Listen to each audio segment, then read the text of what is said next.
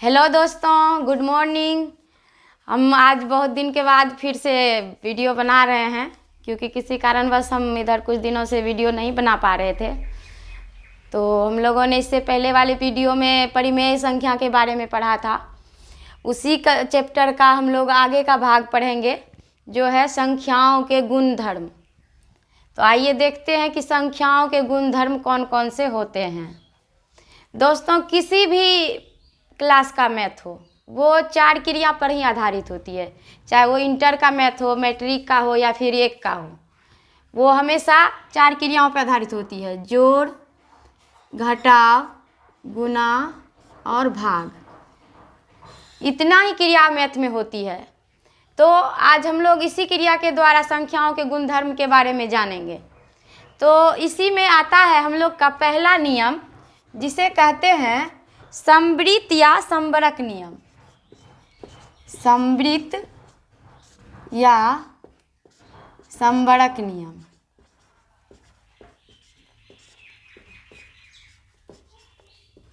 जिसे इंग्लिश में बोला जाता है क्लोजर लॉ।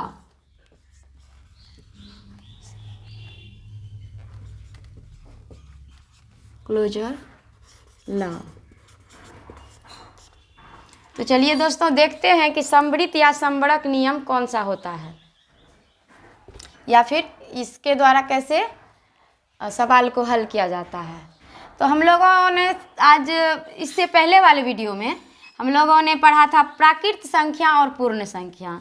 प्राकृत संख्या गिनती की संख्या को कहते हैं और पूर्ण संख्या गिनती की संख्या में ही अगर हम लोग शून्य को शामिल कर दें तो वो पूर्ण संख्या हो जाती है। जैसे 0 पूर्ण संख्या, 0, 1, 2, 3, 4, जो कि हम अनंत तक जा सकते हैं। ठीक है, तो हम इससे पहले क्या बोले थे कि किसी भी गणित में जो है मैथ 4 तरीके से बनाया जाता है, जोड़, घटाव, गुणा, भाग। तो सबसे पहले जोड़ लेके देखते हैं। जोड़ को हम लोग एक दूसरे नाम से भी जानते हैं जिसे योग बोला जाता है। योग का मतलब ही होता है जोड़, किसी भी चीज़ को जोड़ना। तो देखते हैं कि योग में कोई भी सवाल अगर हम लेते हैं तो वो समवृत्त है या नहीं। ठीक है, तो पूर्ण संख्या के बारे में पढ़ रहे हैं तो सबसे पहले हम लोग पूर्ण संख्या ही लेते हैं। जैसे मान लीजिए कि 8 है, तो क्या ये पूर्ण संख्या है? तो हम लोग कहेंगे हाँ है। क्यों? क्योंकि इस पूर्ण संख्या में 8 भी आता है। ठीक है, और दूसरी संख्या हम लेते हैं 12। ठीक है, तो अब इन दोनों को जोड़ के हम देखेंगे कि इसका जो योग आता है वो पूर्ण संख्या आता है कि नहीं। 8 भी पूर्ण संख्या है और 12 भी पूर्ण संख्या है। ठीक है, और इसका जो योग होना चाहिए वो भी पूर्ण संख्या आता है या नहीं। यही हम लोग का, अगर पूर्ण संख्या आ गया तो क्या कहला जाएगा कि ये समवृत्त है, और अगर ये पूर्ण संख्या नहीं आए तो इसका मतलब क्या हुआ कि ये समवृत्त नहीं है। मान लीजिए अब यहाँ 8 है और 12 है, तो इसका योग कितना हो जाएगा? 20। कितना हो जाएगा दोस्तों? 20। तो अब यहाँ हम देखेंगे कि 20 पूर्ण संख्या में आता है कि नहीं। तो आप लोगों को पता ही होगा कि 20 जो है पूर्ण संख्या में आ ही रहा है, क्योंकि 4 से आगे हम पढ़ते हैं, अनंत तक जाएंगे तो उससे पहले ही हमें 20 मिल जाएगा। ठीक है, तो इसका मतलब क्या है कि 20 पूर्ण संख्या है, यानी 2 पूर्ण संख्याओं का योग अगर पूर्ण संख्या आ जाए तो वो योग क्या होगा? समवृत्त होगा। क्या लिखेंगे? 2 पूर्ण संख्याओं का योग अगर पूर्ण संख्या आ जाए तो योग समवृत्त है। योग पूर्ण संख्या के अंतर्गत समवृत्त है, ऐसे लिखेंगे। पूर्ण संख्या के अंतर्गत समवृत्त है। तो समझ में आ गया होगा दोस्तों। अब इसी में हम अगर दूसरा उदाहरण लें, मान लीजिए फॉर एग्जाम्पल अगर हम लेते हैं 15, तो क्या 15 पूर्ण संख्या है? तो हम कहेंगे कि हाँ 15 पूर्ण संख्या है। इसी में हम फिर 5 जोड़ देते हैं, तो क्या 5 पूर्ण संख्या है? तो हम कहेंगे हाँ है। तो अब इसका योग देखिए कितना होता है, 15 5 20, तो 20 पूर्ण संख्या है, तो हाँ है। तो इसका मतलब क्या होगा कि अगर हम दोनों पूर्ण संख्याओं को जोड़े तो उसका योग जो है पूर्ण संख्या आ गया। तो इसका मतलब क्या है कि योग जो है सम्मिलित है किसके अंतर्गत? पूर्ण संख्या के अंतर्गत। तो ये तो समझ में आ गया होगा दोस्तों। चलिए अब हम लोग दूसरा देखते हैं। इसी में योग का नियम तो बना लिए, योग हो गया। अब देखते हैं घटाव में क्या आता है, पूर्ण संख्या के अंतर्गत ही। इसको पहले मिटाते हैं।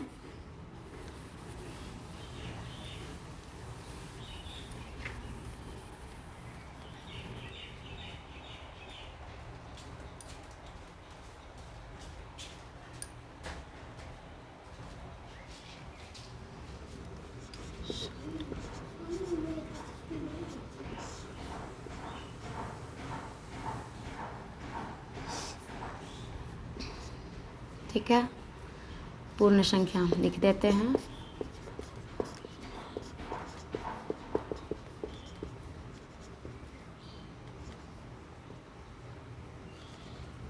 अब देख लीजिए, इन घटाव को गणितीय भाषा में व्यवकलन बोला जाता है। क्या बोला जाता है दोस्तों? व्यवकलन, मतलब घटाव। ठीक है, हम लोग छोटे क्लास में इसको घटाव बोलते हैं, लेकिन जैसे जैसे ये बड़े क्लास में आते जाते हैं तो उसका ये नाम क्या हो जाता है? व्यवकलन। तो अब हम देखेंगे कि दो पूर्ण संख्याओं का घटाव या व्यवकलन या फिर अंतर एक पूर्ण संख्या आता है कि नहीं। अब मान लीजिए अगर हम कोई भी संख्या लेते हैं, मान लीजिए 3 ले लिए, 3 पूर्ण संख्या है, तो हम कहेंगे हाँ है। इसी में हम घटाते हैं 5, तो 5 पूर्ण संख्या है, तो ये भी पूर्ण संख्या है। अब देखिए इसका व्यवकलन क्या आता है। इसका व्यवकलन देखिए, 3 में से 5 गया, -2। तो क्या -2 पूर्ण संख्या है? तो हम कहेंगे नहीं है। क्यों? क्योंकि माइनस वाली कोई भी संख्या जो है पूर्ण संख्या के अंतर्गत नहीं आती है। तो इसका क्या मतलब हुआ कि पूर्ण संख्या के अंतर्गत व्यवकलन सम्मिलित नहीं है। ठीक है, क्या लिखेंगे? पूर्ण संख्या के अंतर्गत व्यवकलन सम्मिलित नहीं है।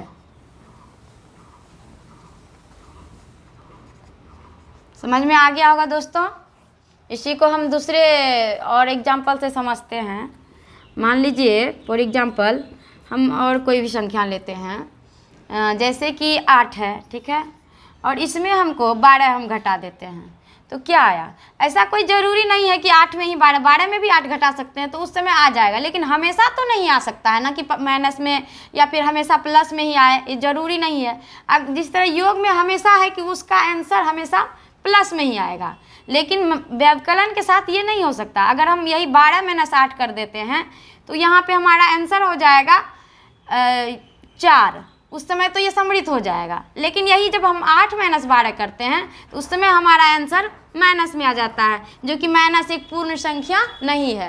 तो इसका मतलब क्या हुआ कि ये हमेशा नहीं आ रहा है, तो इसका मतलब क्या हुआ कि ये सम्मिलित नहीं है। अगर हमेशा आता तो सम्मिलित है, हमेशा नहीं आ रहा है तो इसका मतलब ये सम्मिलित नहीं है। ठीक है दोस्तों, चलिए हमने व्यवकलन को भी पढ़ लिया। अब देखिए दोस्तों, हम लोग पढ़ते हैं गुणन को। ठीक है,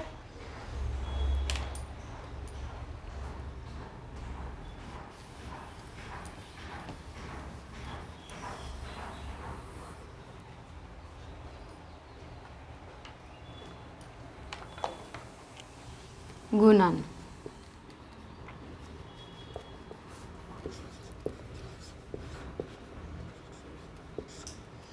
गुणन को भी हम लोग पूर्ण संख्या के अंतर्गत ही देखेंगे।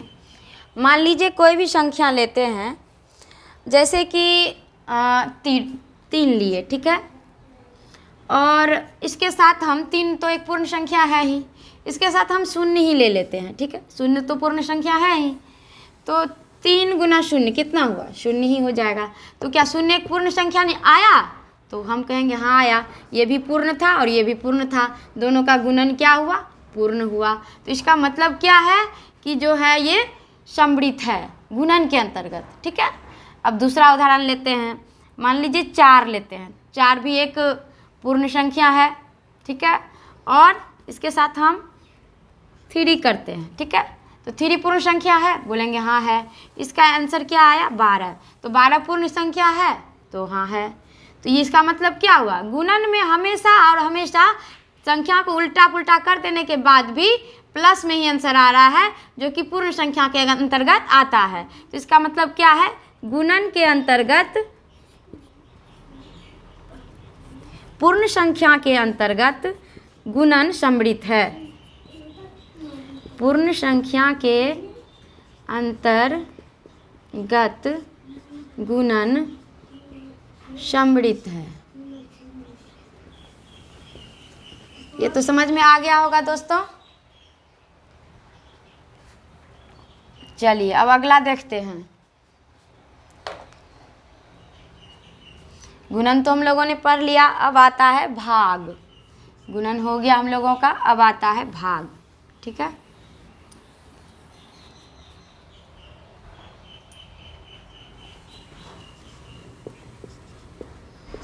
अब भाग में भी हम लोग यही क्रिया करके देखेंगे।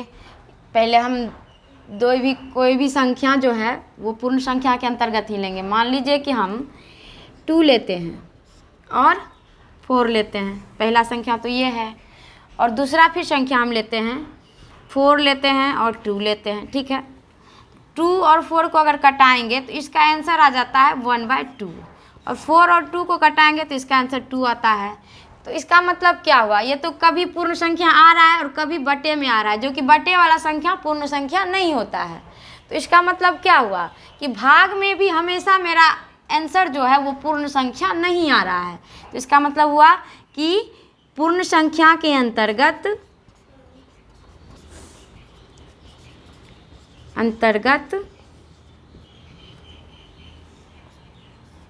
भाग सम्मिलित नहीं है। तो दोस्तों आज हम लोगों ने संख्याओं के गुणधर्म में सम्मिलित पढ़ा, जो पूर्ण संख्या के अंतर्गत पढ़ा। इसके आगे वाले भाग में हम लोग पढ़ेंगे पूर्णांक संख्या और परिमेय संख्या क्या, क्योंकि वीडियो ज़्यादा लंबा हो जाएगा, इसलिए इसी में वीडियो में हम सारा चीज़ नहीं बता सकते हैं। तो दोस्तों आज हम लोगों ने जितना पढ़ा है उसके लिए हम लोग आप लोगों को देंगे होमवर्क, जो कि आप लोग बना के देखिएगा कि बनता है कि नहीं, ठीक है। तो चलिए दोस्तों संख्या लिख लीजिए, और आप लोगों को ये पता करना है कि निम्नलिखित में से कौन सा संख्या सम्मिलित है कौन नहीं है। क्वेश्चन है से कौन कौन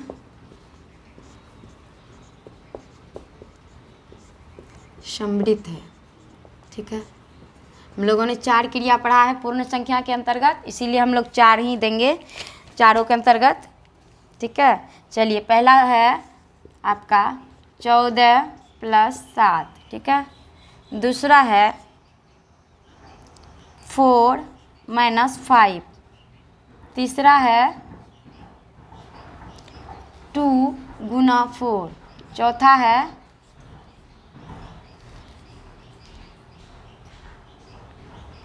5/4, और पांचवा है 30 + 6। 13 + 6, ठीक है दोस्तों। तो ये आप लोगों का होमवर्क था, आप लोग बनाइएगा और कमेंट में आंसर लिखिएगा। फिर हम ये अगले वीडियो में बना के दिखाएंगे आप लोगों को ये कैसे बनता है। अगर आप लोगों को समझ अच्छे से आ गया है तो आप लोग बना के देखिएगा। तो चलिए दोस्तों थैंक यू, फिर मिलते हैं अगले वीडियो में। धन्यवाद।